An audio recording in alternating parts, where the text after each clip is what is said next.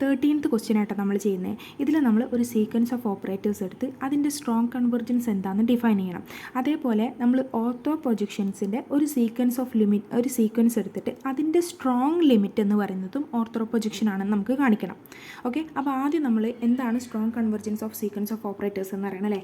ഇതെന്താണെന്നറിയോ, നമ്മൾ TNX എന്ന് പറയുന്ന സീക്വൻസുകൾ അതിൻ്റെ നോം എടുക്കുമ്പോൾ അത് TXലേക്ക് കൺവേർട്ട് ചെയ്യുക. TNX എന്ന് പറയുന്ന സീക്വൻസുകൾ നോമിൽ TXലേക്ക് കൺവേർട്ട് ചെയ്യുന്നതിനാണ് നമ്മൾ strong convergence of sequence of operators എന്ന് പറയാം.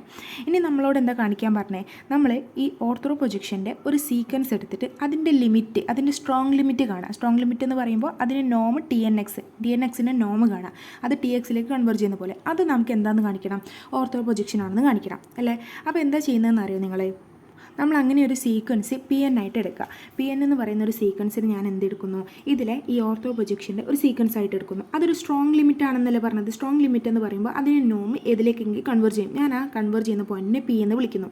ഓക്കെ, അപ്പോൾ PN എന്ന് പറയുന്നത് നമ്മൾ ഓർത്തോ പ്രൊജക്ഷനിലെ സീക്വൻസുകളെ Pയിലേക്കാണ് നോമിൽ കൺവേർട്ട് ചെയ്യുന്നത് നമ്മൾ അസ്യൂം ചെയ്തു. ഇനി നമുക്ക് ഈ ഒരു P ഓർത്തോ പ്രൊജക്ഷൻ ആണെന്ന് കാണിക്കണം. ഓർത്തോ പ്രൊജക്ഷൻ ആണെന്ന് കാണിക്കാൻ നമ്മൾ എന്ത് കാണിച്ചാൽ മതി, സെൽഫ് അഡ്ജോയിൻ്റ് ആണെന്ന് ആദ്യം കാണിക്കണം അല്ലേ, സിമെട്രിക് ആണെന്ന് കാണിക്കണം. സിമെട്രിക് എന്ന് പറയുമ്പോൾ PXY ഇന്ന പ്രൊഡക്റ്റ് കാണുന്നത് XPY ഇന്ന പ്രൊഡക്റ്റിന് ഈക്വൽ ആണെന്ന് കാണിക്കണം. അപ്പോൾ ഇന്ന പ്രൊഡക്റ്റ് PXYനെ നമുക്ക് എങ്ങനെ എഴുതാം, P എന്ന് പറഞ്ഞാൽ എന്താ, PNകളുടെ ലിമിറ്റ് അല്ലേ, അങ്ങനെയല്ലേ നമ്മൾ എടുത്തത്. അപ്പോൾ Pനെ നമുക്ക് PNൻ്റെ ലിമിറ്റ് ആക്കിയിട്ട് എഴുതാം. ലിമിറ്റ് ∞ ഇന്ന പ്രൊഡക്റ്റ് PNXY എന്ന് എഴുതാം. ഇനി ഇതെന്താണ്, സിമെട്രിക് ആണല്ലോ. അപ്പോൾ നമുക്ക് ഈ PNനെ ഇങ്ങോട്ടേക്ക് ഇടാം. അപ്പോൾ XPNY എന്ന് വരും. Limit ∞ XPNY. കാരണം ഇതെന്താ സിമെട്രിക് ആവാൻ കാരണം, നമ്മൾ ഈ ടേംസിനൊക്കെ എടുത്തത് എവിടുന്ന, ഓർത്തോ പ്രൊജക്ഷൻ. നമ്മൾ ഓർത്തോ പ്രൊജക്ഷൻസിലെ സീക്വൻസുകളെയാണ് നമ്മൾ PN എന്ന് വിളിക്കുന്നത്. ഓക്കെ, അതുകൊണ്ടാണ്. അപ്പോൾ നമ്മൾ ഇനി ഇങ്ങനെ വന്നു. ഇനി PNന് ലിമിറ്റ് കൊടുത്ത് എന്ത് വരും, P എന്ന് വരും. PNകളൊക്കെ എങ്ങോട്ടൊക്കെ ലിമിറ്റ് ചെയ്യുന്നത് Pയിലേക്ക്. അപ്പോൾ XPY എന്ന് വന്ന്. അപ്പോൾ ഇന്ന പ്രൊഡക്റ്റ് PXY എന്താണ്, ഇന്ന പ്രൊഡക്റ്റ് XPY ആണ്. അപ്പോൾ ഇത് സെൽഫ് അഡ്ജോയിൻ്റ് ആണ്. ഇനി നമുക്ക് എന്ത് കാണിക്കണം, ഇത് പ്രൊജക്ഷൻ ആണെന്ന് കാണിക്കണം. അതിന് P² = P എന്ന് കാണിക്കണം അല്ലേ. അപ്പോൾ നമുക്ക് P² എങ്ങനെ എഴുതാമെന്നറിയോ, PX എന്ന് എഴുതാലോ. ഇനി Pനെ നമുക്ക് എങ്ങനെ, ലിമിറ്റ് ∞ PN എന്ന് എഴുതാം. അതേപോലെ ഈ Pനെയും ലിമിറ്റ് ∞ PN എന്ന് എഴുതാം. അപ്പോൾ നമ്മൾ ഇതിനെ ഇങ്ങനെ എഴുതി. ഇനി നോക്കിയേ, PN ഒരു പ്രൊജക്ഷൻ ആണല്ലോ. അതുകൊണ്ട് PN × PNനെ നമുക്ക് P² = P എന്ന് എഴുതാം അല്ലേ. PN പ്രൊജക്ഷൻ ആയതുകൊണ്ട്. അപ്പോൾ PN² നമുക്ക് ഇനി PN എന്ന് എഴുതിയാൽ മതി. അപ്പോൾ നമ്മൾ PN² PN ഒരു PN ആക്കി എഴുതി. ഇനി ഇതിന് ലിമിറ്റ് കൊടുത്ത് എന്ത് വരും, PX എന്ന് വരും. ഓക്കെ, അപ്പോൾ നമുക്ക് എന്ത് കിട്ടി, P²X = PX എന്ന് കിട്ടി. ഓക്കെ, അപ്പോൾ ഈ കണ്ടീഷനുമായി നമ്മൾ എടുത്തിട്ടുണ്ടായിരുന്നത് PN² = PN എന്നുള്ള കണ്ടീഷനായിരുന്നു. നമ്മൾ സീക്വൻസ് എടുത്തത് ഓർത്തോ പ്രൊജക്ഷൻ എന്നാണ്. ഈ സീക്വൻസ് PN എടുത്തുള്ളത് ഓർത്തോ പ്രൊജക്ഷൻ എന്നാണ്. അതുകൊണ്ടാണ് നമുക്ക് PN² = P എന്ന് എഴുതിയത്.